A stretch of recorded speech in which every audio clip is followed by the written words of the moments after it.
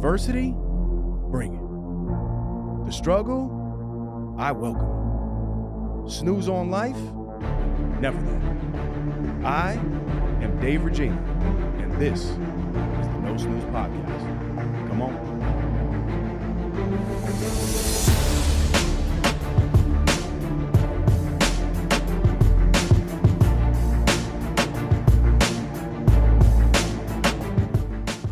Welcome back, No Snooze Podcast, episode 194. As always, I'm in the booth with a new three, an Mville 3. We have Farid, Pody, Johnson. Oh, man, let's go. Claudio, the voice, Valenzuela, and I am Dave, the body, Regina. Farid Johnson was named the 2024 New York State Principal of the Year. The award is an example of Farid's commitment to excellence, his passion for developing academic programs to meet the needs of all students, and his strong ties in the community. Farid is no stranger to adversity, losing his dad at age 11, his sister at age 20, his mom in 2012, and both of his foster parents.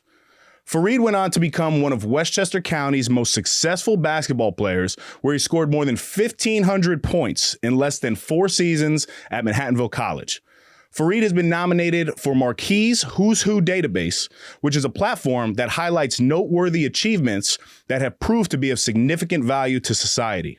Today, Farid is an incredible father of 3 beautiful girls and a husband, and prides himself on his unique leadership style and doing things much differently than others. Farid, welcome to the podcast, brother. Thank you, sir. So happy, blessed, and humble to be here. You guys are doing amazing work, and I'm happy to be a part of it. Listen, man, we've been trying to get this together. I know the conversation that we had with Shortcuts, that was a great episode. CV, and you have great ties from Manhattanville. Got to shout out Pat Scanlon again. Oh, yeah. Another one. Got to get him in here, too. Right. We got to run that. You were telling me some good stories about Pat off air, but we'll leave that until the next time.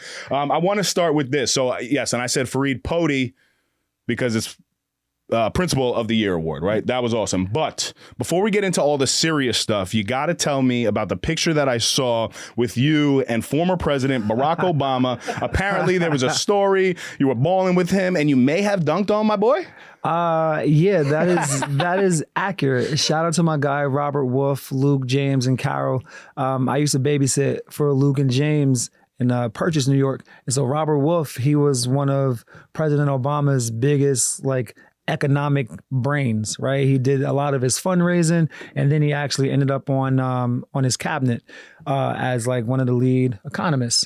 So Robert, vacationed in Martha's Vineyard every summer, and I'm like family, so he'd invite me every summer. So one summer, he's like, Free, they call me Flip, that's my nickname.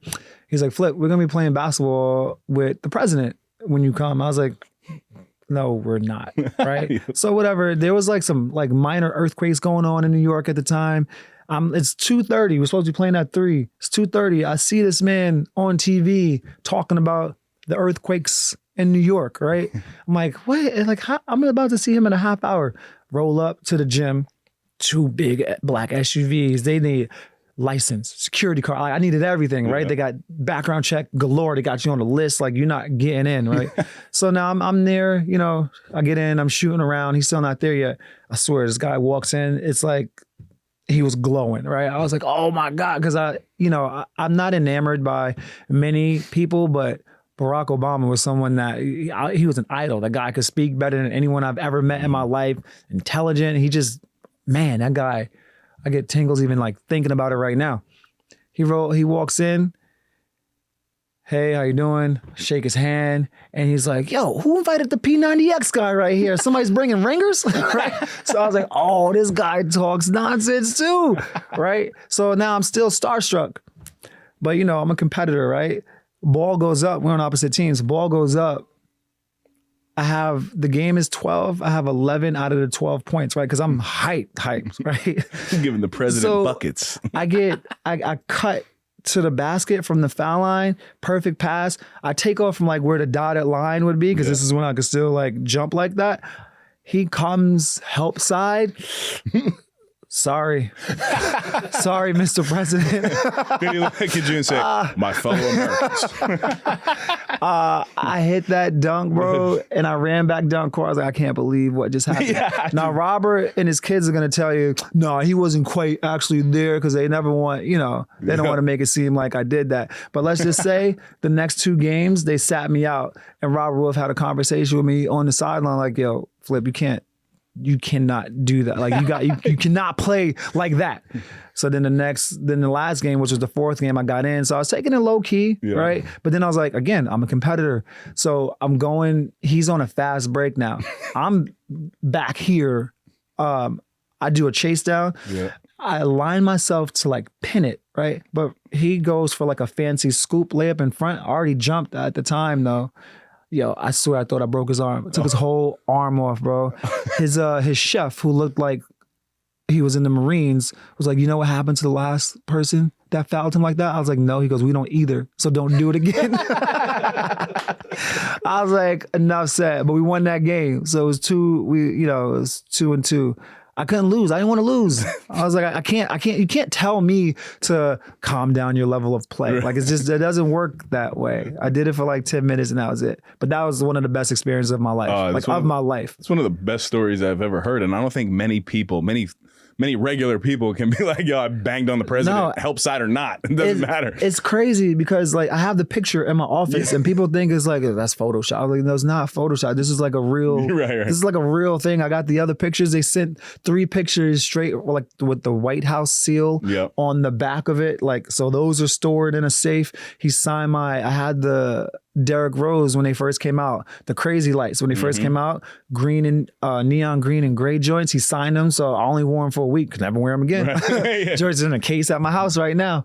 It was insane, like to not only meet a sit-in president, but to actually like play the game that I love that has brought me so much success, not even just through basketball, but using basketball as a vehicle to like get to where you go. Cause like connection like this, I wouldn't know you without basketball. You know what I mean? So that day meant a lot to me, man. And like, I always try to like DM him like, oh, come to my school, whatever. He got people doing his stuff, but Mr. President, if you see this, I'm in Pelham now. Would love to connect. Love to connect. I love that, man. That's awesome. Especially after that story, though. Yeah. Hopefully, he just listens to that part, Mr. President. Please, please. All right, now I want to get into kind of your upbringing. You were born and raised in Yonkers. One of 6 kids. Yeah, 8 if you count the half brothers, right? Right. Talk to me about that environment growing up, man. Man, it was tough. It's like that. It's like a classic story of not having anything, born into poverty, right? Mom, and again, I'm very candid with my past because I think people need to understand where you've been to understand why you want to go where you need to go, right? And why I live the way I live now. So my mom, alcohol, drugs, right? My brother, sister, they got their ship down south because of things like my mom was a G. Like she stabbed my older sister. She had to go to South Carolina. So I'm one of 6, but my oldest brother is old enough to be my father. My mom had him when she was 14. And we don't speak like that much. So it was my little sister who I was like the closest with. Like I have her necklace right here. I wear her A all the time. It was always us, right? Through everything. And my mom was like, and like you talk about child abuse, like there was a lot. So it was tough, but for everything that's bad, you try to turn negatives into positives. My mom taught me certain lessons like be on time, always go after opportunities, don't let them try to come to you, right? So there's things like that. But, there are times where I got into stealing just so I could feed my sister, you know what I mean? Because my mom, there would be times where she's gone for a couple of days and it's like, where is she? But when she comes back, it's like, where were you? And she's like, in my skin, things like that. So I knew at a young age, I had to, man up and try to take care. Because like I said, my older sister was gone. My older brother was gone. My other older brother was in the group home, right? Like, so there's just, it's like thing after thing after thing. And, there were times where I didn't even know there was another life outside of what was happening in Yonkers, right? I didn't know that until like I said, I was in foster care, and I know we're gonna get to that, but I didn't know there was a life outside of Yonkers until some of those things started happening. Like, never saw anyone that didn't really look like me, like going to school, PS 25, all black, not even that many Hispanic, but mainly black kids, and with a sprinkle of some white kids there. Jeffrey, that's the only one I remember. little sprinkle of the swaggy white boys. Yeah, man. But yeah, it was, yo, Dave, it was tough, bro. Like, my sister was just here from South Carolina. She comes up for my daughter's birthday every year. She picks and chooses one of them to come up for. And we always talk about the past. And like, when you think about some of the things that we went through, it's like, I don't even know how I'm even here sitting with you right now. You know what I mean? I got jumped, had guns pulled on me a couple of different times. It was just a rough area. Yeah, man. Yeah. No, man, and I'll say this, man, it's really incredible to see where you're at today, and the focus that you've had really since I've known you. You know, I met you when I was back in college. Pat used to bring you guys back to beat up on us. What you guys did. You guys were some tough boys back then, and still are today. But there was always something, you could see it in your eyes. You know, very very kind and respectful dude, but also serious when it's time to get down to it. So you know, I think the upbringing really contributed to all the success that you have now, and really, I think this journey is just starting for you in terms of like the public notoriety and that piece. I don't know. I was reading through your stuff in the articles and stuff like that. Your story is an incredible one that needs to be heard by millions. And I know that's going to happen for you. So do you think that basketball, when was, I guess, what was your first experience with basketball? And did basketball give you a sense of like normalcy? Because what you had, whether you knew it or not at that time, was not a normal situation compared to everybody else. You know, people grow up in the hood. I grew up in Mount Vernon, New York, and I saw certain things. And, you know, food was tough at times, but like I always had pasta available to me and the cheaper foods that were around, but not anything compared to what you have. Basketball is a sport that like the rock is the rock, the hoop is the hoop. Like you get to be just like everybody else. Did you feel that? And did basketball really contribute to allowing you to step into this confident self of you? Yeah, you know, basketball has always been an escape for me. Growing up, we were sent to the park. That was it. Be home before dark. And if not, you know what's going down, right? So I'm at the park with my ball every single day, just shooting, playing whoever, 1v1s. We playing 5-on-5, 3-on-3, 2-on-2, whatever. I remember when I was in middle school, me and my boys used to go around Yonkers to like the different park, just playing dudes 2-on-2, like finding somebody to play 2-on-2.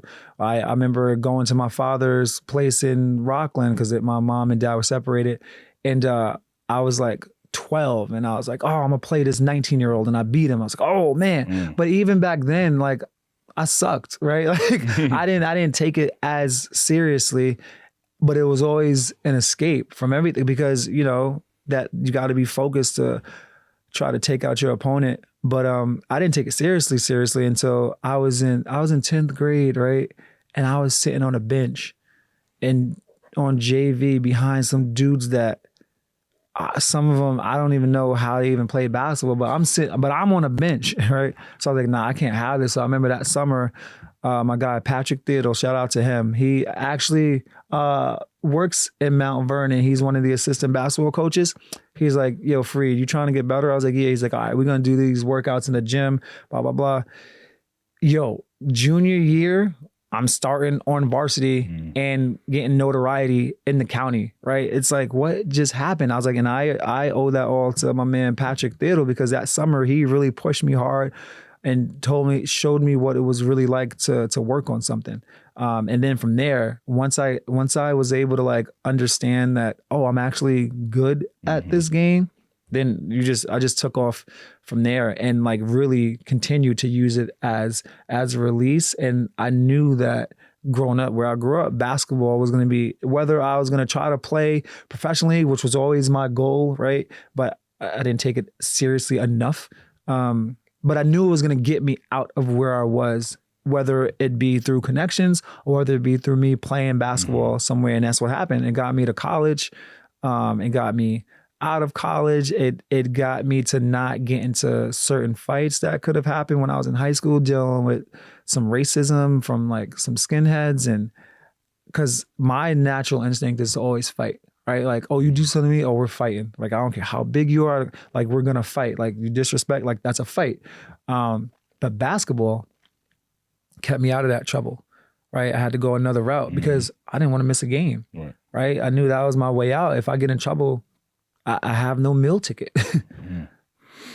How'd you end up in foster care? Not once, but twice, right? Yeah. Two different times. 2 different times. So once, and this is where like the memory gets foggy on the timing. It was like either in 2nd or 3rd grade, right? The first time, because there was so much traumatic stuff happening. You know how your brain like blocks certain things out.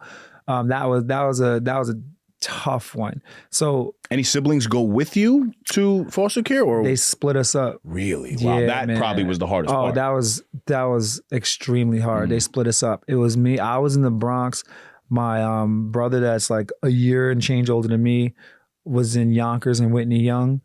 And then my sister, they kept her at the hospital because my sister was born with fluid on her brain. So my mom, that's what my mom used to tell me. That's the story that she used to tell us all the time, which is why she was in the hospital so much. But she was also born with HIV because my mom and my dad at the time were sharing needles and all of that dumb stuff. So unfortunately, you know, that was her life, and that ended up being the reason why she's not here with us today. But that's a story for later. So the first time in foster care, so we used to go to therapy every week, every Wednesday, right? And God rest her soul, Ms. Goldfeder, she was my therapist, and she ended up being like an aunt to us, right? So at therapy, they tell you, oh, you can tell us whatever, everything stays here, blah, blah, blah. But if it's something that is like, we might have to tell. So we would go, and my mom used to always coach us. You say nothing that happens in this house, or else if I find out, something worse is going to happen, right? So we were always like, But I don't know, me and my sister, we used to go together, and we got, I guess, comfortable that time. And like, we just had like something really bad just had happened. And we, you know, started telling her all of the stuff that had been going on. Yeah, it was like 2 days later, cops showed up at the house, everything. And they like took us. I remember them like holding my mom, me crying, my sister crying. We were playing with our toys, and we had like this toy box, but it wasn't a toy box. It was just like a big canister from like the street that we used to put like random toys in.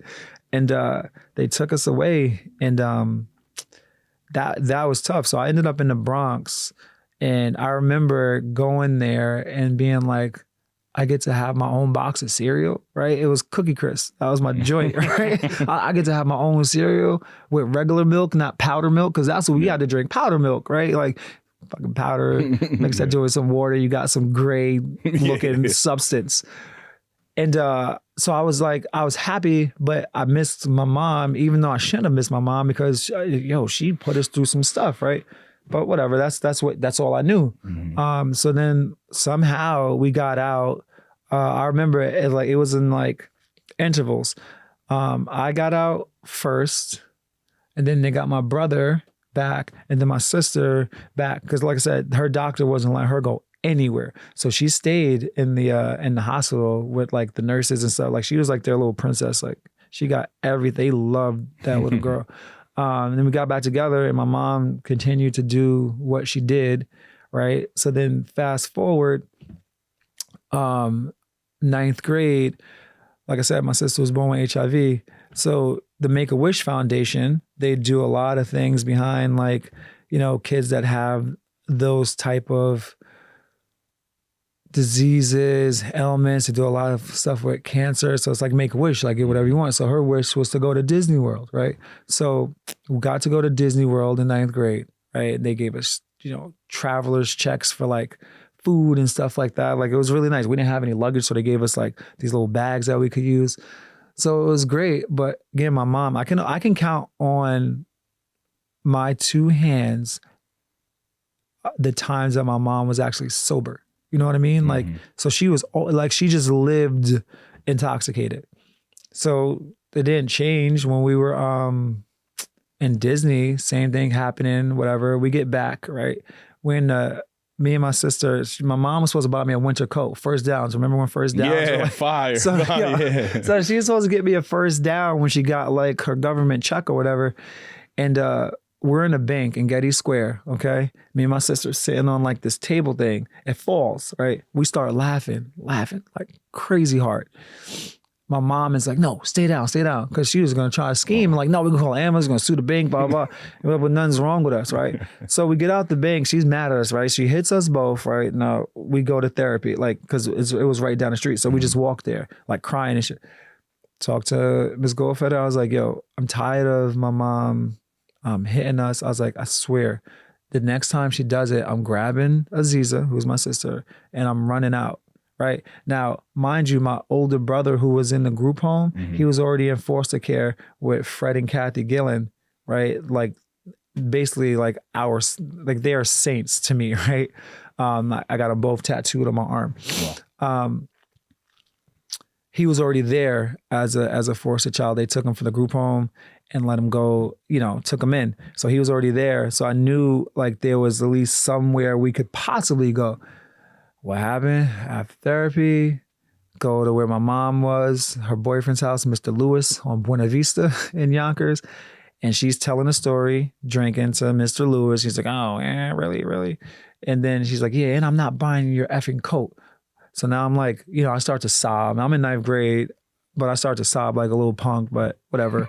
And she comes and I'll never forget, I'm sitting there and she just slaps me right across my face, right? I look at my sister because she remembered what I said in therapy. I look at my little sister, I grab her hand and we ran. And we go back down to therapy, told Ms. Goldfeder. We end up leaving that office, which was on 35 Dock Street, to her other office on Central Avenue. She took us over there, called CPS, called Fred and Kathy. They took us for the night, and then I had to face my mom the next day at social services. And that was probably like one of the hardest days in my life, like looking at my mom, because that is one of the times that she was sober and she's just like pleading with us and like talking about how sorry she was and this and that. And I was like, no, I'm not going. I don't want to go back until you get help. Right. So we got to go with Fred and Kathy. My mom checks into rehab, but then she checks herself out. Right. And then we're with Fred and Kathy it was like from January to the summer. Then me and my little sister ended up in a group home that summer, Pleasantville Cottage Schools, which was insane. And then for a while, like I hated Fred and Kathy, right? Because I was like, why would they do that to us? Come to find out years later when we reconnected, they told me the story of how my mom would call them every single day, all times in the night, harassing them, give my kids back. And it got to the point where they couldn't take it. But they never wanted to tell us that because they didn't want us to fracture our relationship with my mother even more. And I was like, you should have told me, because we didn't connect. Remember, that was 9th grade. I didn't reconnect with them until college. Wow. It was one day, it was around my birthday. I was like, oh my gosh, I missed them. I don't know why, but I'm stubborn. I was like, nah, you did me wrong. You're done in my life. I was like, nah, I always remember their phone number. So I called and they start crying. Like, oh my gosh, Farid, you don't understand how much long we've been wanting to hear from you, blah, blah, blah. And then we talked, and they still, not even then, they told me, years later, what the real reason why they said we can't have them anymore, and we went to the group home, and it was a crazy moment. And then they stayed. Then after college, I moved in with them for a year. Fred, man, God bless his soul. He bought me a car, $6,000. Had the manual Honda Accord 2-door joints, presidential black tints, right? And I'll never forget, like, he's like, all right, you just pay me back $200 a month, right? And then my birthday, he forgave it all. He's like, you don't gotta pay me anything. Wow. I was like, yo, those, like, Fred and Kathy, man, like, I can't say enough good things about them. So they were my foster parents in 9th grade, but they were like, that's family. Like, whenever I talk about them, most of the time I remove the word foster. And like my sister, Sarah, like, she's my sister. You know what I mean? She's my foster sister, but she's my sister. Like Fred Jr., Yvette, my biological sister is Patricia, who, like, no one's gonna ever take her place, my oldest sister, but they're family. Like, so yeah, I was in foster care twice, but that those foster parents became my parent. Like they were like there's nothing they wouldn't do for me ever. Living angels. Yes. Right? Yes. Like, seriously. And I don't even think that really, conceptualizes just what they represented. Wow. Yeah, man.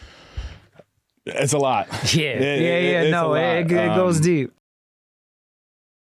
Are you looking to elevate your brand with captivating visuals and immersive sound?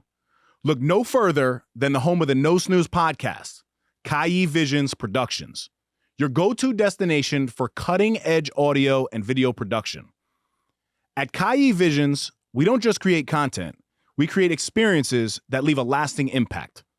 From podcasts, YouTube variety shows, sleek corporate videos, to attention-grabbing promotional campaigns, our team of experts is dedicated to turning your vision into reality. Choose Kai Visions for a production experience like no other. It's time to make your brand known. Contact us today at kaivisions@gmail.com or find us on Instagram at Kai Visions. Kai Visions Productions, where audio-visual excellence meets innovation. Now, back to the epi. How does it feel though for you to, the way you're able to articulate the story now? Obviously, you have years of practice under your belt and understanding the story, but you went through a lot, man, just up until ninth grade, and then being able to make that decision to take your sister, stand on your word, and just run. Right, because you were so fed up, man. I mean, that I think is something that like a lot of kids just wouldn't do because of the unknown. And I think that speaks a lot to your personality and being able to just put yourself in situations where you know what, you're just gonna figure it out. But you were very willing to just go out on a limb and be like, you know what, I know that this situation is not for me. I have a deep question, and I really want to know what your relationship with death is, because I mean, the most impactful people, and those two, Fred and Kathy, passed away as well, right? Yeah. Okay, so you lose your mom, you lose dad, you lose your sister, you lose dad, you lose Kathy, and you lose Fred. What is your relationship with death like, and how was there ever a time that you were like, everybody who I love in my life is gone? How did you deal with that? It's tough, man. Like, I think about it now. Like, I'll catch myself in a car and just driving, listening to music, and then all of a sudden, like, there's a tear streaming down my eye. You know what I mean? Like, death, for me, it was always like, all right, well, I guess you're gonna have to figure this out, how to live without this person. My sister was the hardest, right? Because she was my best friend, and we went through everything together, right? We struggled together, we celebrated together, and it was always her and I, right? Like, we were the ones that were always the closest. We were the ones that had the same mother and father, right? I had like my other, the one of 6, but it was different fathers, right? So me and my sister, we had a special connection. But dealing with death is just, it's tough. It's like, another one, right? Like, didn't stop. No, and like the hits, it just felt like they kept coming. But I grew up religious, right? My mom had me in church, not so much anymore, but my mom had me in church. And it was always, especially in the all black church, oh, God does everything for a reason, right? It's like a school bus full of children just got shot. Oh, but God, there's a purpose behind it, right? And that's what you had to believe, right? Okay, there's a reason, right? And then you start to think, like, all right, well, there is a reason. Like, my sister passed away. She's my driving force for everything. Like, I told her when we were still in the hood, I was like, listen, when we get out of here and I make it big doing whatever, I was like, you'll never have to work. I was like, all you have to do, you'll move in with me. If I have kids, you'll help take care of my kids, but you'll never have to do anything at all, right? So I live like I still owe her that promise. Like I live to take care of my sister, right? She's my driving force. She was born with, special needs and everything like that. And she's my first real entrance to helping kids. And we were only a year apart, right? So I used to help her with her reading and everything. She was a very special human. And anyone that came in contact with her felt it right away. Like, anyone that knows her would tell you the same thing. So when she passed, like, my life it changed, but I had to really try to figure out what the purpose was. Like, why did she die? Right. And I think, it was to make sure I continue to do the work. I continue to help kids. I like get our story out there to help others. Right. And then my mom, when she, like my dad died before everyone at 11, that I didn't understand. I was like, why? But I did understand because he was doing drugs, sharing needles. He had AIDS because of it. My mom had HIV AIDS because of it. And I'm just fortunate that it didn't happen to me. Although I used to wish that it did. I was like, why my little sister? Like, make it me, right? Like, make it me. I'll take the medicine every day. Like, I'll do it. Like, make it me. Obviously, that didn't happen, and it was her. But she was a strong, strong little girl. And so with death in general, I mean, I never contemplated like suicide. Like, even at my lowest, never contemplated anything like that. I just look at death as something that happens. And you have to figure out a way to use it to make you stronger, right?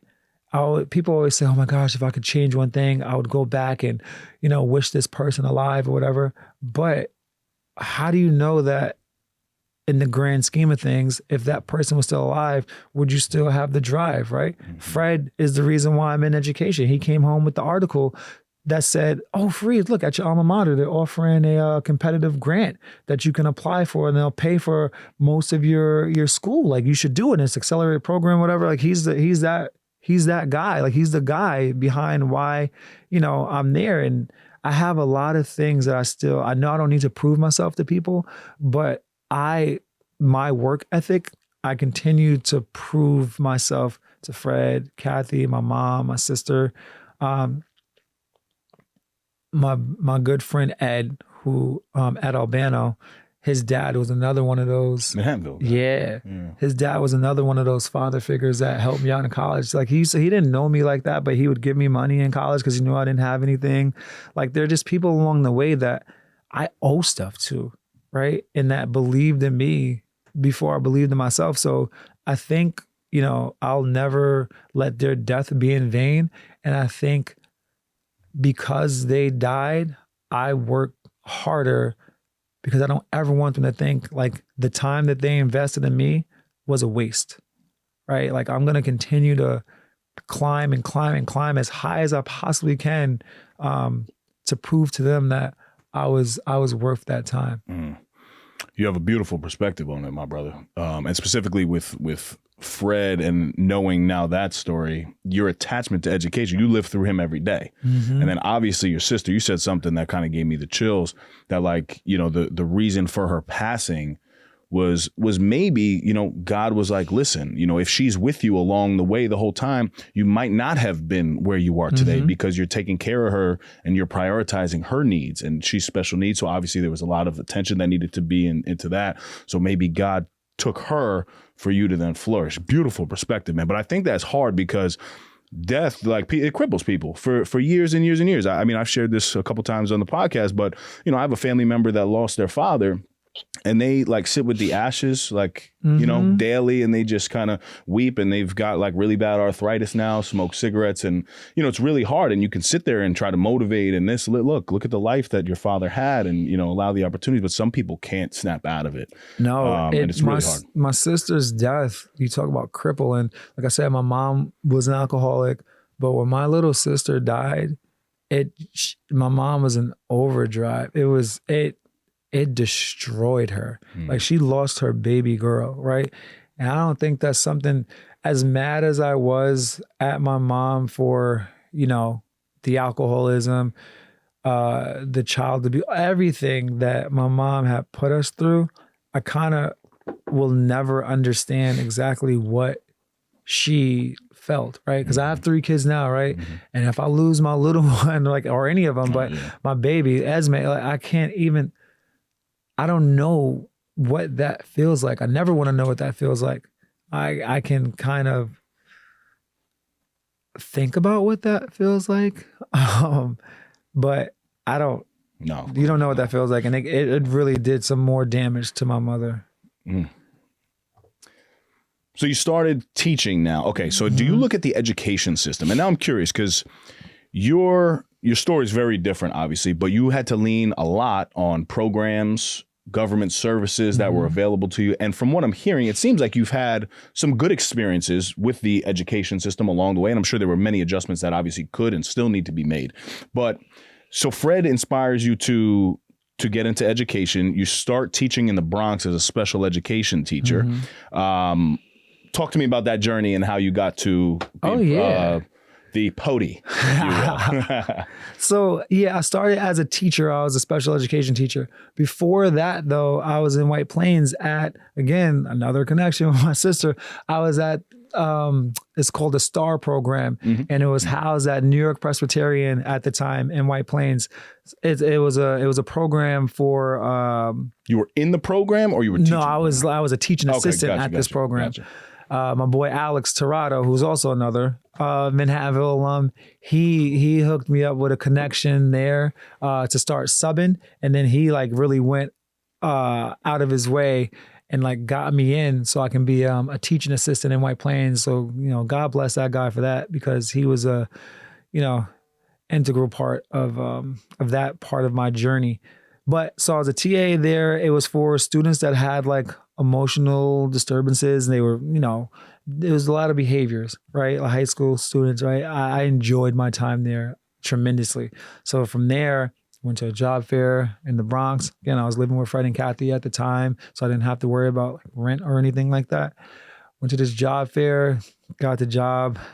And in the Bronx, if you could make it in the NYC DOE, you can make it anywhere. Because I was just, like I said, special ed teacher, 12-1-1, but you don't have the extra one person, so it's just 12-1. And my students speak no English. I had a kid in there that was 14 in the fourth grade. It was quite the experience. And you're kind of just thrown in now. They give you a lot of professional development, but back then it was like, all right, your principal, your assistant principal is like, nah, you do what you got to do, and like we'll help when we can, but you're solving this problem. Like, I don't know what to tell you, like fix it, right? So I think that was the best part of the learning process, is just trial by fire. And when I say fire, I mean like fire.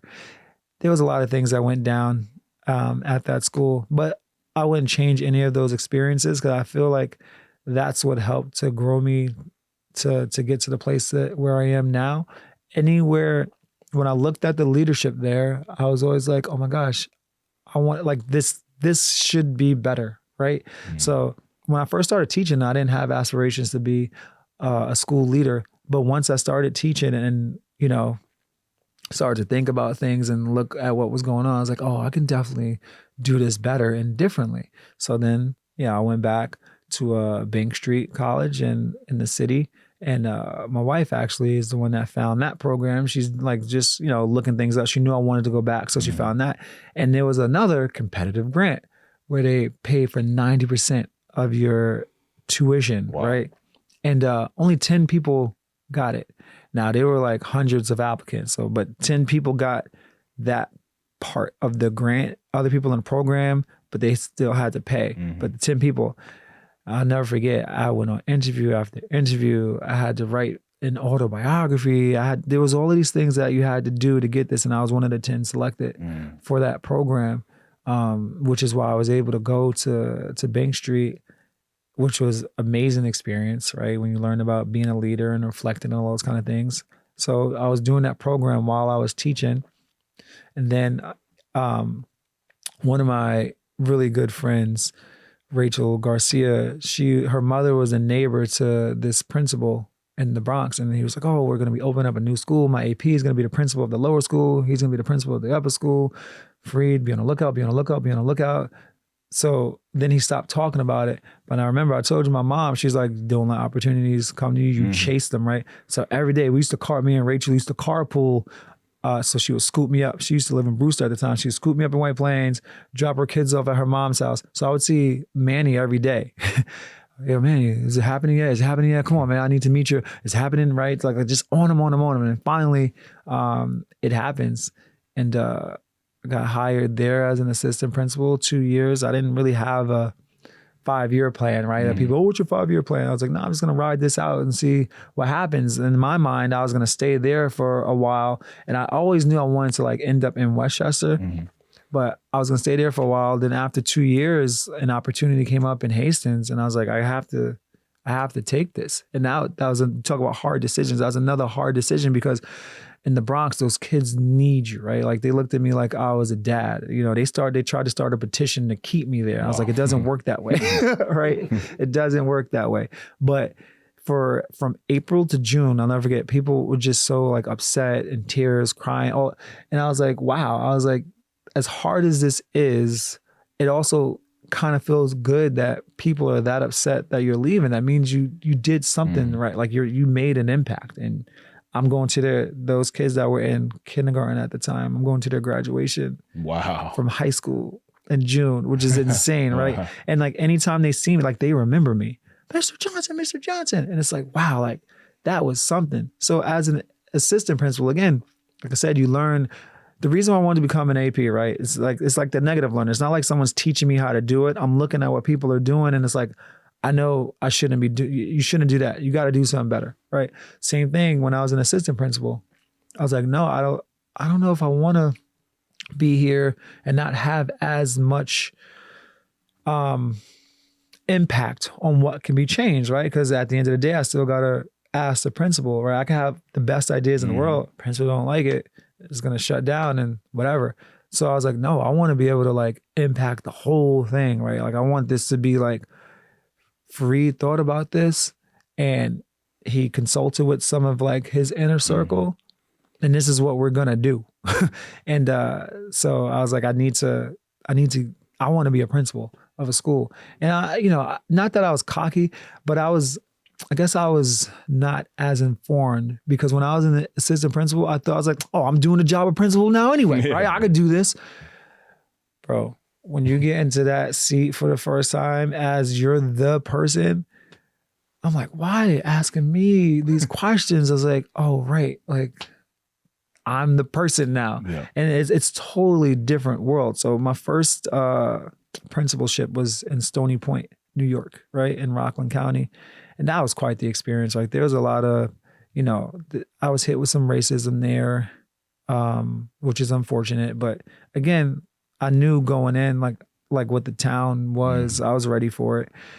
And it was a good experience, right? Like I loved my school. I helped change that school. They still, to this day, use a program that I started with a team there. It's the basis of what they do. It's the HEART program. Like that was like I was the principal that started that, right?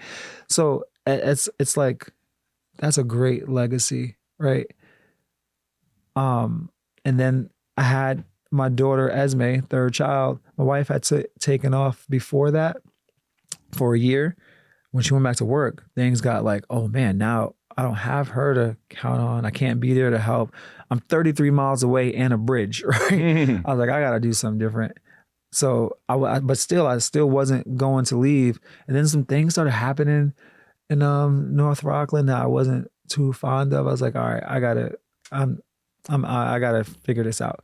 I get a Facebook message from an old friend who actually lives in Pelham. Yo, Farid, I got the inside scoop. There's a principal that's retiring in 2 weeks. He's like, get the early jump on it, right? Now, let's backtrack a little bit. You talk about how like God works in mysterious ways. When I got the job in North Rockland, I was a finalist in Pelham.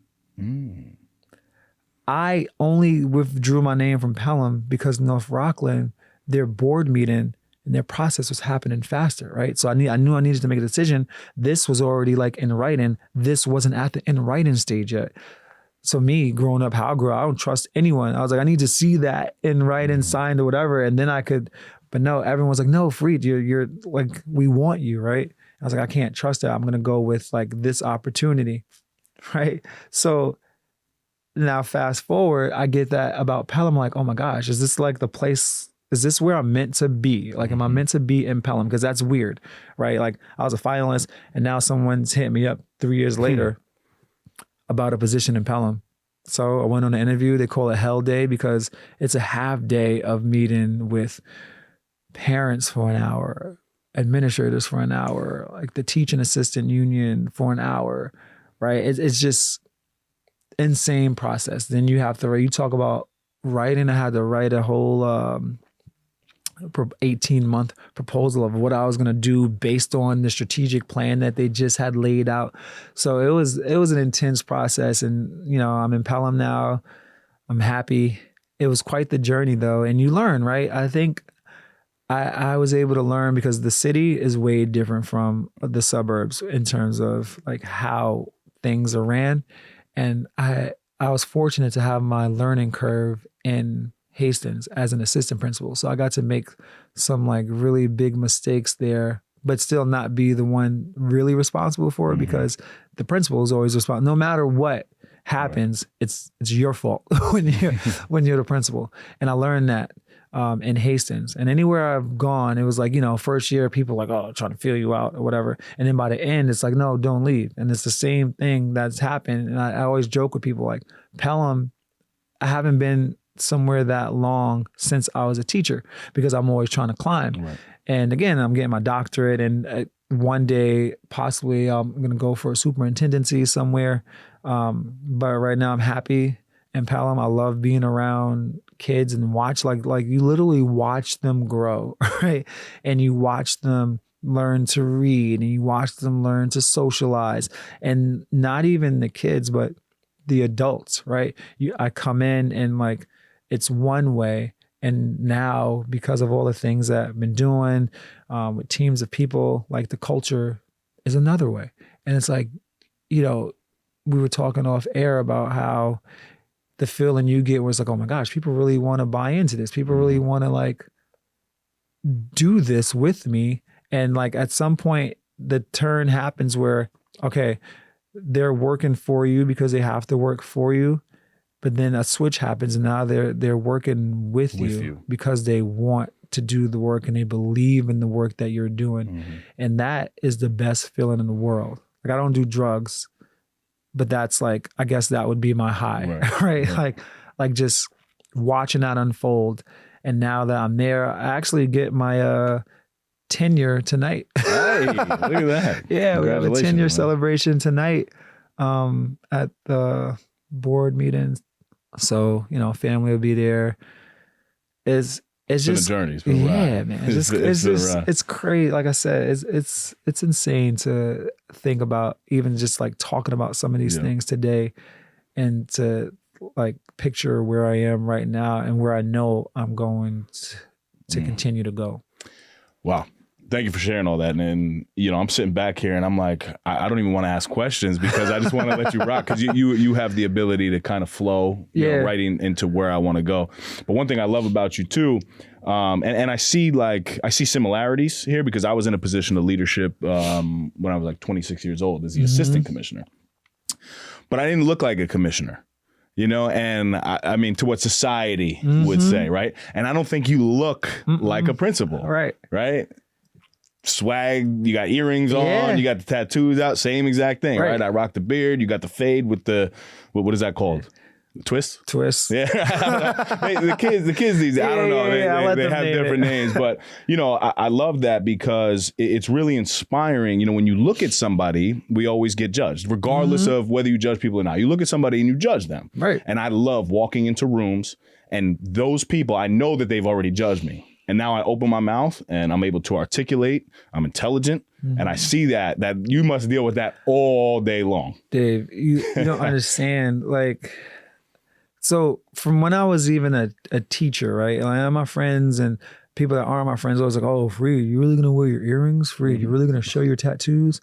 And it's like every step of the way, okay, now that you're not a teacher anymore, Farid, you really got to do something with your earrings. Now that you're not an assistant principal anymore and you're a principal, you really got to do something with your earrings. You can't show your tattoos, right? My biggest joy in life is proving people wrong, right? So I'm like, okay, like once you tell me I can't do something, I'm going to do it, right? Like that's the whole reason why I'm married now. Someone told me I couldn't get my wife to go on a date with me, right? It was a bet. And I was like, okay. I'm marrying her. Like, here we go. I'm going to win this bet, Yeah. right? So people like always, oh, earrings, oh, this, right? It really hit me where, again, because I'm going to continue to prove people wrong. But when I was in Hastings, right?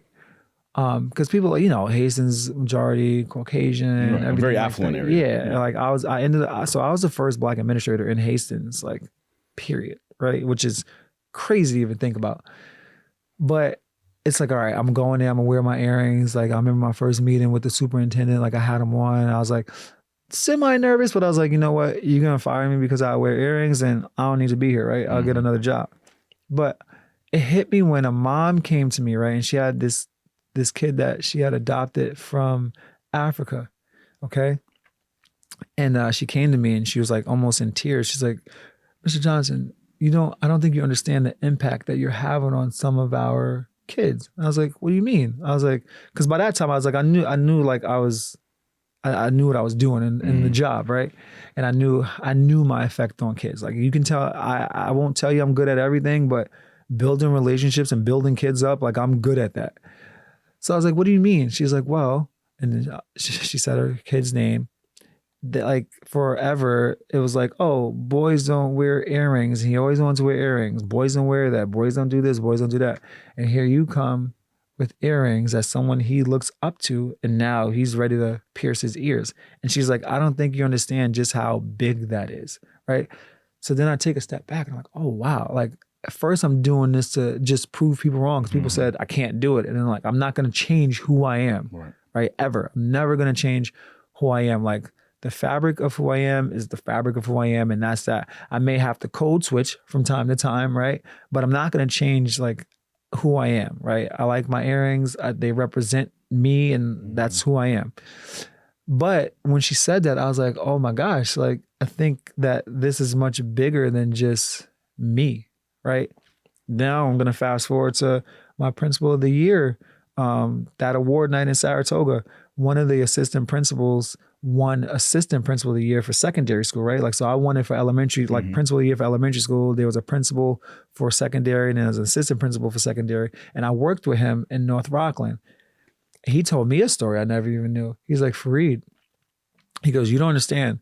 The day like you were hired, right? And we had our first retreat and it's the summertime and you came in earrings, polo, showing off the tattoos. He's like, that moment on, he's like, okay, this is all right. And he had already been there for years. He's like, I'm going to feel free to do the same thing because my appearance, my earring, like I'm going to always look professional when I need to be professional, but my tattoos, they tell a story. My earrings, they tell a story.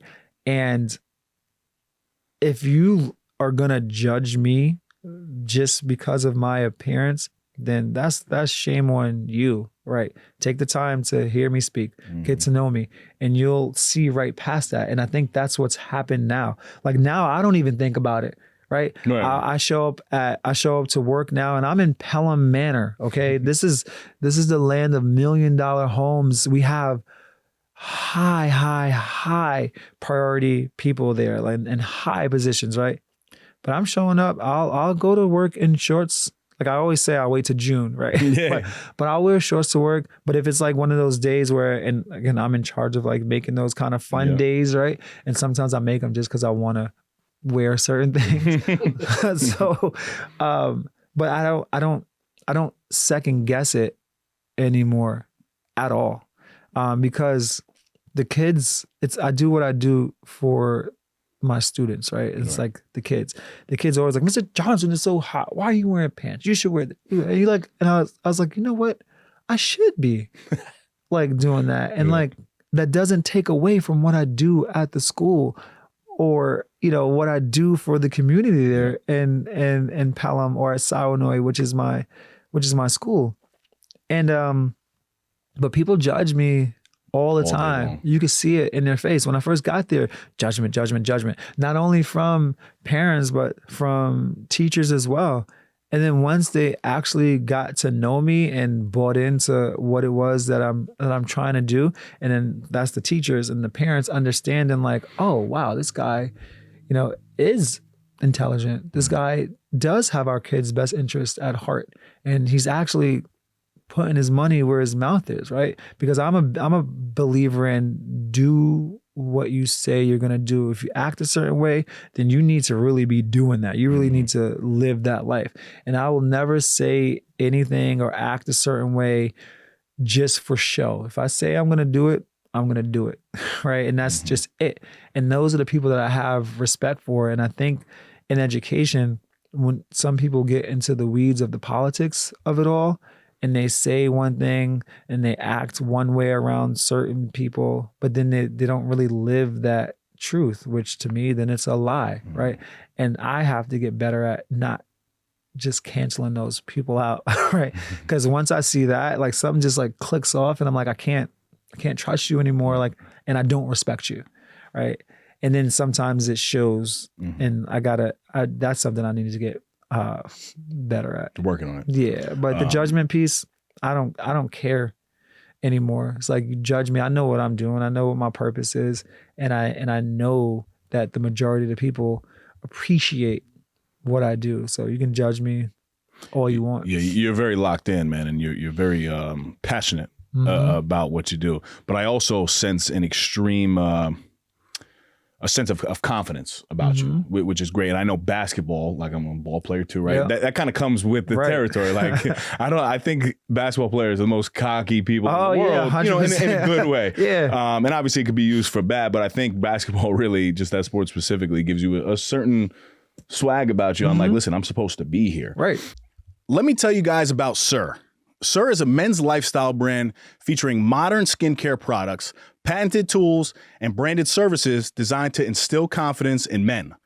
Sur embraces a unique combination of innovative technology and scientific skincare ingredients. Sur combines traditional aesthetics and grooming services with the most advanced technologies found on the market today.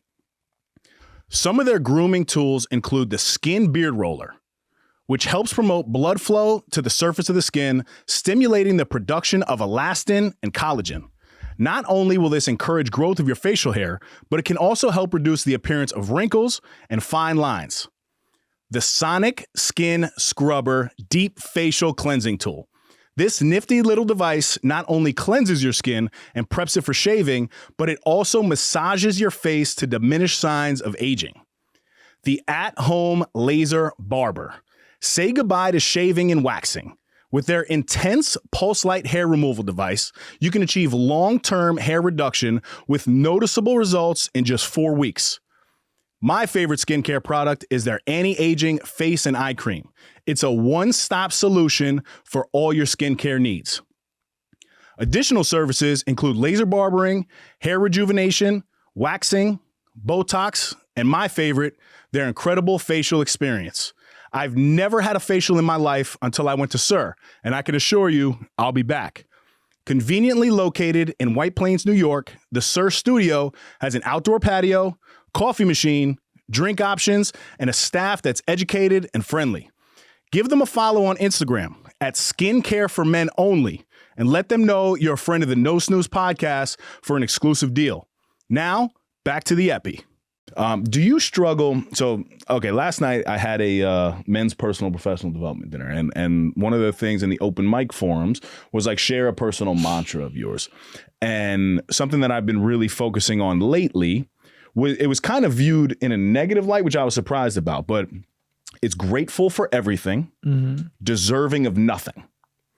So what I mean by that is nothing in my life has been handed to me on a silver platter here, right? Even when it comes to the commissionership. Like I was the first, you talk about first black administrator, first white administrator where I am.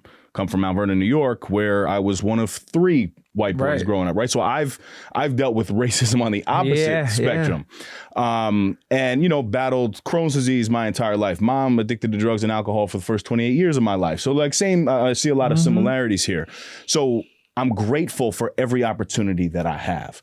But everybody kind of knocked me and they were like, you're so deserving of everything. And I'm like, I am, but I need to lead with gratitude first. Do you struggle with everything great that you've done in your life, right? Do you ever sit back and you're like, wow, like pat yourself on the back? Because I don't do that. Yeah. You know, and I want to get good at that. And you have a little bit more wisdom than how old are you? 42. So you're 42. I'll be 35 in October. So you have October a little. what? October 26th. Oh, I'm the 5th. Okay. All right. So you're not a Scorpio, right? Nah, Libra. All right. Scorpios, people get a little Yeah. about. But I'm curious to know, because you've done so much, man. You've done it at such a high level that really I'm trying to just continue to do more and more and more. Do you ever sit back and you're like, good job, Farid? No, it's funny. My friends, my wife, anyone that's close to me, they're like, Farid, do you ever stop? And it's like, I don't. There are times where I say, wow, that was a good thing that I did, right? But I try. People already, because of the way I lead, and like, I feel you have to have confidence in yourself, right? I'm a leader. So if people see that you lack confidence, why would they ever follow what you're trying to do, right? So you have to be confident in what you're doing, and you have to be confident in yourself. It's just, they go hand in hand. But people mistake sometimes my confidence for cockiness. Like, people joke about it that know me, oh, Farid, you're so cocky. But there are also people that think I'm cocky that, have issues with me. And it's like, I'm here to set the record straight. I am not cocky at all. I actually had a low self-esteem, right? And for a while, it's like you use the extra confidence to mask that, right? But in time, it's like, no, I can be confident in myself, right? And confident in the things that I do. I'm confident in the things that I know. And what I don't know, I'll tell you right away. I don't know about that. I don't know how to do that, but I know someone that does, right? So I don't really sit back that much and be like, oh man, good job, Farid, right? Like, I'm smart enough to know that I have had an impact on people and programs, and like, things work sometimes the way they work because I had a part in it. Like, but I think once you get complacent, that's when you stop, right? Like, you talk about fitness, right? Like, whenever I get into like my fitness modes, I try to stay on them, but then you're like, oh, I'm looking good or whatever. And you kind of get lax. Like, so this time around, like, I'm trying not to get lax about it, because that's how everything else in my life, I don't do that. So why do it with fitness and nutrition? So yeah, I don't sit back that much, but I am smart enough to understand that I did have a part in the success of a lot of different things. Like, I talk about the program at Stony Point. Like, I know that was me. I know that I led that, right? There was a group of us where it came, to help it come into fruition, but I was a leader behind that, right? And I did the work. And now, again, that work is something that other people get to eat off of. That kind of like, it eats at me, but also it's like, all right, Farid, you had a part in that. I know the work that I do at Siwanoy is meaningful. I know that I helped to change the culture there. I know that. But I don't walk around like, oh, this is me. I always say we, even though I don't have an assistant principal. So it's just me, right? My psychologist, like, we work closely to do some things, my secretary. But I don't walk around like I'm the man. But for some reason, and like you said, it must come with being a basketball player. I'm 6'5". I have a presence, right? But for some reason, people think that I walk around like that, but I don't. I don't. I'm confident in what I know. I'm confident in what I do, but I don't walk around like I'm the man. But people will always say that I walk around like I'm the man. I don't know how to walk differently. They're looking at their own insecurities, and that's something that I've understood too. When people view you like that, they're really just feeling what they feel internally, and they're a little envious of what it is that you do. You spoke about fitness a little bit, right? You're in incredible shape, man. I mean, you look good. No, I'm serious. Like, it's something that I look at now. Like, I'll be 35, and my goal is when I turn 40, I'm in better shape than when I was 35. When I turn 45, it's a never ending journey for me, right? And it's something that I take really seriously. And I see that the more locked in I am on my own health and wellness journey, I'm locked in everything else. Me as a father, me as a commissioner, it all plays in. What are your habits looking like? And how do you take care of yourself? So I try to get, I play a lot of basketball still. Which is impressive. Yeah, I'm in a couple of different really competitive leagues. We just actually won a championship on Sunday to BHP. Shout out to my guys. But, keto is something that works for me, right? So I do the keto lifestyle. I won't call it a diet anymore because it's just my lifestyle. You limit carbs. Yeah, limit carbs, higher fat content, moderate protein, but just really staying consistent with it. And it's really just like, because you limit the carbs, you cut out a lot of the junk that you would normally eat. And, I work out, I challenge myself. Like, I try to get stronger and stronger and stronger. But every time I get to like that point where, bro, I was lifting 110-pound dumbbells on flat press, right? But then, I had shoulder surgery on my right shoulder.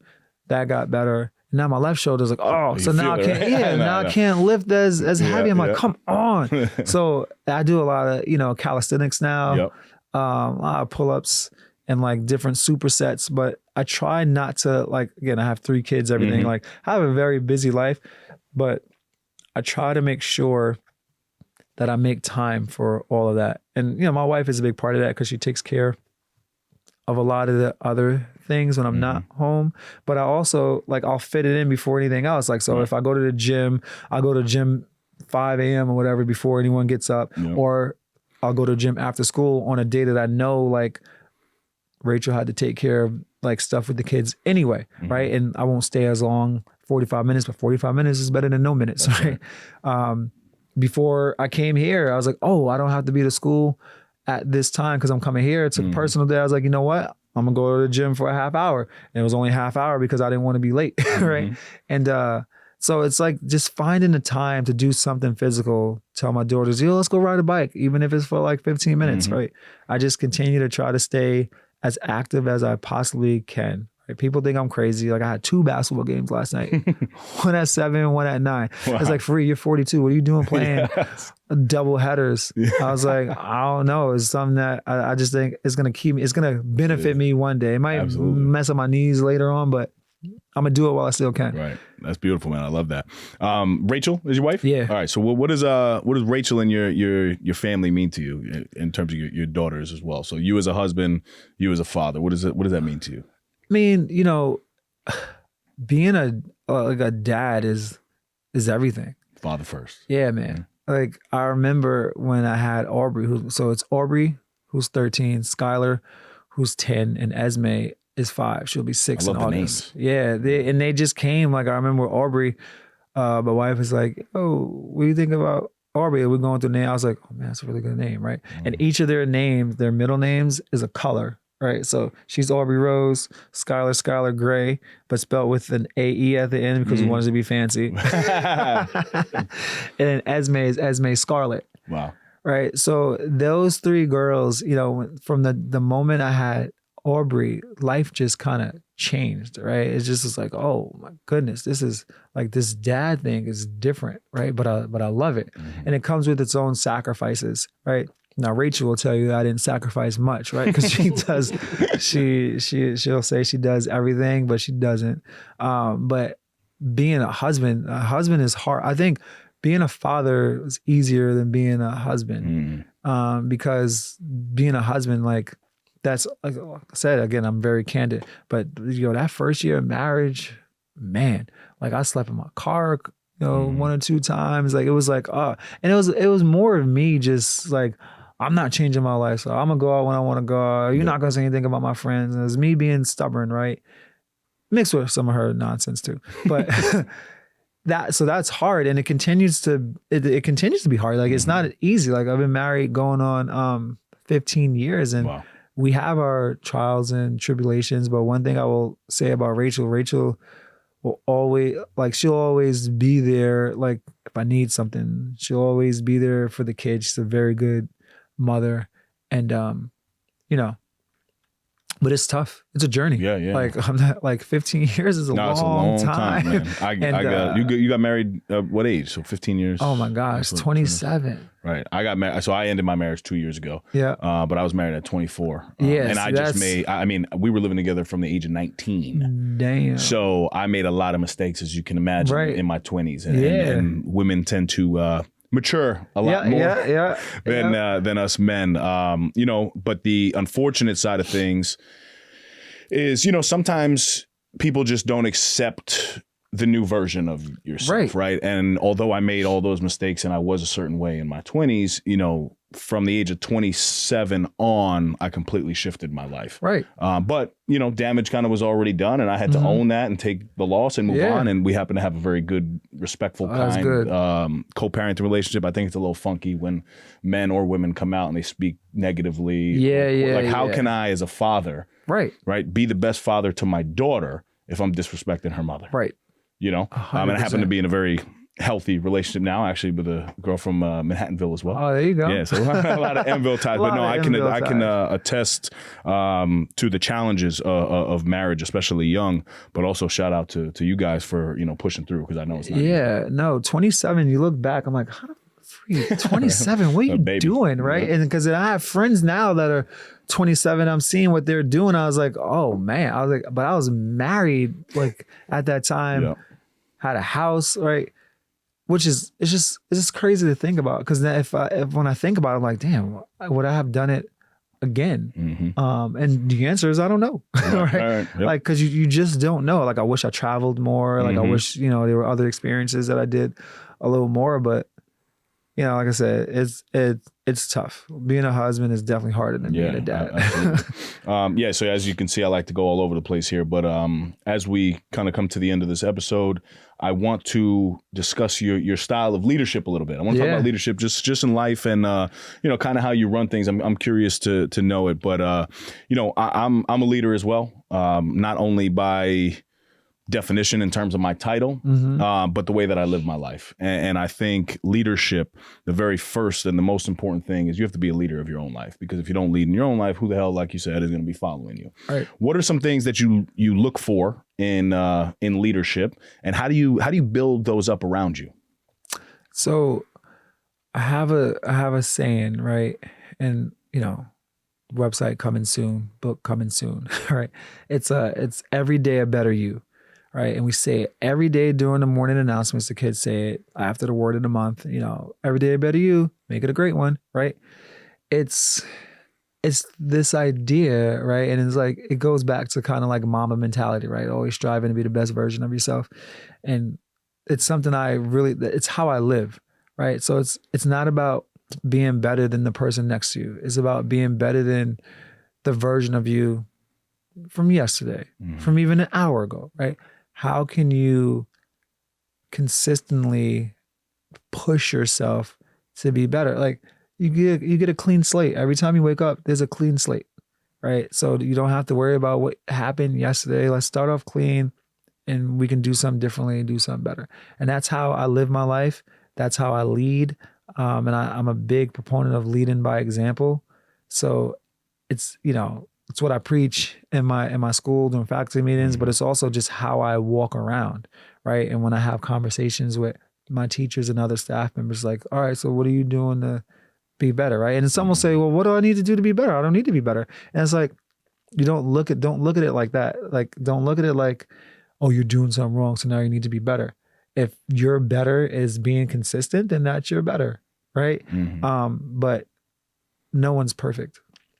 There's always something that you could have done better, right? You could teach the most amazing lesson, right? But there's something within that lesson that, oh man, I could have thought about that a little differently, right? Even though the lesson was amazing, right? You did 4s all over the place. But there's something within that lesson that could have been done a little differently maybe, and you want to reflect on that, right? So we talk a lot about reflection, but for me, I build people up around me by building relationships with them. Relationships for me is key, right? I don't think, even with kids, with adults, you're not going to want to work for someone that makes you feel crappy, right? You want to work for someone that's going to roll up their sleeves and get dirty with you, right? So like I said, I was a teacher first. So I have no problem going in the classroom, teaching a lesson. I've taught lessons. I substitute, and this is me as a principal, taught lessons. I substitute, mop floors, clean lunch tables, right? I will never ask someone to do something that I wouldn't do myself. And when people see that, and then like, cause people like to say, oh, that's not my job. That's not my job, right? But I'm doing every job, right? There's no room to say that's not my job, right? Like Siwanoy is our home. We need to make sure our home is always kept to the highest level that it possibly can be. And that only happens through teamwork, right? And that's where basketball comes in. My leadership style, I learned from basketball, like teamwork, team first, no I. Always we, right? Going through hard times together, practicing what you preach. Being a leader, being a leader on a court is contagious. People see you working hard, busting your tail day in and day out. They can only do that, right?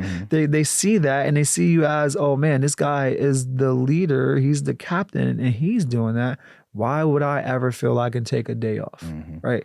And the same thing, it translates to my position so well. So when I say that I do things differently, I think I have an ability to like live in the gray area, right? So for a lot of people, things are black and white. No, you need to come to school. No, this is an absent. No, you need to put this absence in. Whatever, I'm not covering you for an hour. No, I don't believe in that. Yeah, I'm gonna do whatever I can always to help. You need me to cover your class for an hour? I got you, right? Because that's what I would want done for me. And in turn, they know, my teachers all know I have their back. They all know that I will fight for them for anything, programming, whatever it is. Like I'm going to fight for them. My kids know the same thing. And then they want to do those things for you. And it's like, one hand washes the other. And now they're all feeling like comfortable and trusting me. I feel comfortable and I trust them. And you only grow from there. You can't do anything without trust. And it took me a little bit to get their trust at Siwanoy because, I followed up a principal that was there for 17 years. And so, and like a lot of those teachers have been teaching together and they have their own stories and everything, right? So I'm coming in as this newcomer. You're the outsider, right? Yeah, I'm the outsider and they're thinking I'm coming in with my own ideas, which I do have my own ideas, but I still want to see how things operate there. And we go from there. And there's always a happy little medium where we can meet and like, okay, this is what I think it should look like. This is what you've been doing. Let's try it your way for a little bit and see if we can like marry the two. Right. And you go from there. I don't try to bogart or say, no, my way or the highway. I'm always there to listen. My teachers know they can come to me to vent about things and like, they don't want me to do anything about it. They just want to be able to like release, which is kind of cool because like no one usually vents to their boss. Right? So the fact that they feel comfortable enough to do that is, that's everything to me because it's only going to raise, like if they're comfortable, it's going to raise their level of teaching. And if they see how I interact with kids, like I'm the principal, so we have no assistant principal at my school. So I'm in charge of all the discipline and everything, but my kids love me, right? And like I had a parent ask me, how do you do that? How do you instill discipline, order, but yet have these kids like love you the way they do? I was like, because I don't treat them like I'm better than them. I know same thing. The answer to that too, something that I really, really pride myself in terms of leadership. And from what I'm hearing from you, you're always thinking win-win, which was one of the best life lessons just ever for anybody out there. But also in terms of leadership, it is relationships, 100%. And I think oftentimes people are a little selfish when they're in leadership roles because they expect too much from people. Right. I really expect nothing, right? I have no expectations. But what I do demand is respect from the mutual relationship. But it's on me as the leader to seek that relationship out and have more positive interactions with an individual than the negative ones. Right. So I have to have positive interaction after positive interaction after positive, build you up, build you up, build you up. So now we're on a page to where when I have to, come down with a little bit of a hammer or Right. there's a consequence for the actions. It's never questioned. And I'm in a similar space to where like I'm one of the youngest employees that we have. And I'm supervising people who are in their 70s, who have been there for 35 years, been in unions for 30. You know how that game works. So it's really challenging as a leader, but it's time with each employee, with each child, each relationship, building it up. Right. And it's different. I love how you look at leadership. They're all different too. You can't treat everyone the same way and lead like that. I've learned that you cannot lead the same way for everyone, right? Everyone needs something different, and it's okay because it's what they need. That's what we say for like our teachers with our students. Like every student needs something different. Every teacher needs something different. I can't come down on one teacher as hard as I would come down on another teacher because they collapse, right? Like you have to approach it differently. So I have a unique relationship with each of my teachers, and we talk about things that are not personal ever. And the same thing with parents. Like you can't take these things personal. And I used to take things personal a lot, right? I think that was the biggest thing I had to learn, not to take things personally. Once that happened, oh my gosh, my leadership level just went up through the roof because it's like, oh, I don't need to spend the energy taking that personally and being upset about that. It's not personal. This is the reason why they're acting like that. This is their perspective and this is mine. And we're just going to move forward no matter what. Disagreement is okay. Right. It's all right. Disrespect is not. No. And that's one of my things. Like I always tell, it's even in the relationships that I'm in personally or it's professional, we could disagree all day long. We don't have to disrespect each other. And that's where I made a big shift in my life because I would always just fight. Like, and not even like physical fight, but if like I'm with a girlfriend or, an ex of mine and you come at me, I'm coming for blood. Right. So like I'm going straight for disrespect. If you disagree with me, now I'm going to disrespect. So one of my biggest changes was just being okay with like, listen, not everybody has to see it your way.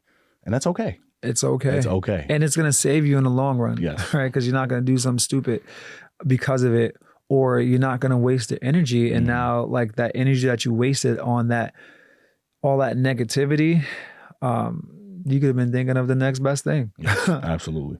I want to say this, man, and I want to make it extremely clear. This is one of the best episodes that we've done on the No Sense podcast.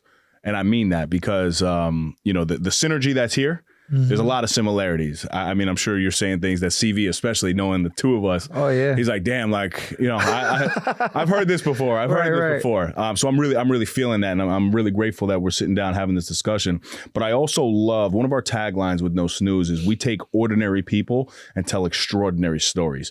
And you're an example of that. Like, you don't have this huge platform with social media, but your impact is massive. And, to encourage anybody out there, just because you don't have 150,000 followers on Instagram or this or that doesn't matter. Listen to this man's story here. And, this is one of those episodes that I know are just going to do it. It's just going to do incredible in the platform. And I'm grateful we did it. So thank you very much, man. No, of course. I appreciate that a lot. And I could have been here for another 2 hours talking to you about because all of my lived experiences has gotten me to where I am today. And like, unfortunately, a lot of those lived experiences are negative lived experiences, but those are the things that are the most powerful and impactful because you learn from them, right? And I always told people, no, I have a story to tell, right? When I was a commencement speaker in Hastings in 2017 at the high school, and I told a little bit of my story there. And it's like, you talk and you see people crying, you see them laughing and they're tearing up and they just want to hug you. I gave a speech at my award ceremony for Principal of the Year. And like, there was like a line of people that wanted to just hug me. Right. And they got tears in their eyes. And it's like, wow, you talked about the confidence thing. And do I sit back and say, oh, good job, Farid? Like that moment, I was like, wow, that you really did something good there. And, it's what I want to keep doing. I want to be a motivational speaker. I have a story to tell. I have many stories to tell. And there are people out there that are just like me, that either use their story and like went for it or use it and are stuck in the situation that they're in. And if they're stuck in that situation, I'm here to tell them that there's a way out. It's not easy, right? You have to work for it. Like you said, nothing is handed. Nothing has ever been handed. I had to fight and claw for everything, But at the end of the day, I'm 42. I'm the youngest administrator or at my in my school district as well. And I'm gonna keep, climbing. And I wanna get my. That's why I'm so grateful that I was able to do this today, because I want to get my story out there. There are a lot of people that need to hear that you can do it. And I know that sounds very, very cliche, but I believe in that. Like my drive is what it is because of stories that I've heard too, right? And my little sister continues to be my driving force, but there are a lot of stories out there that inspire me, right? And I want to do that for people. I think it's important. I think you're doing that for people, man.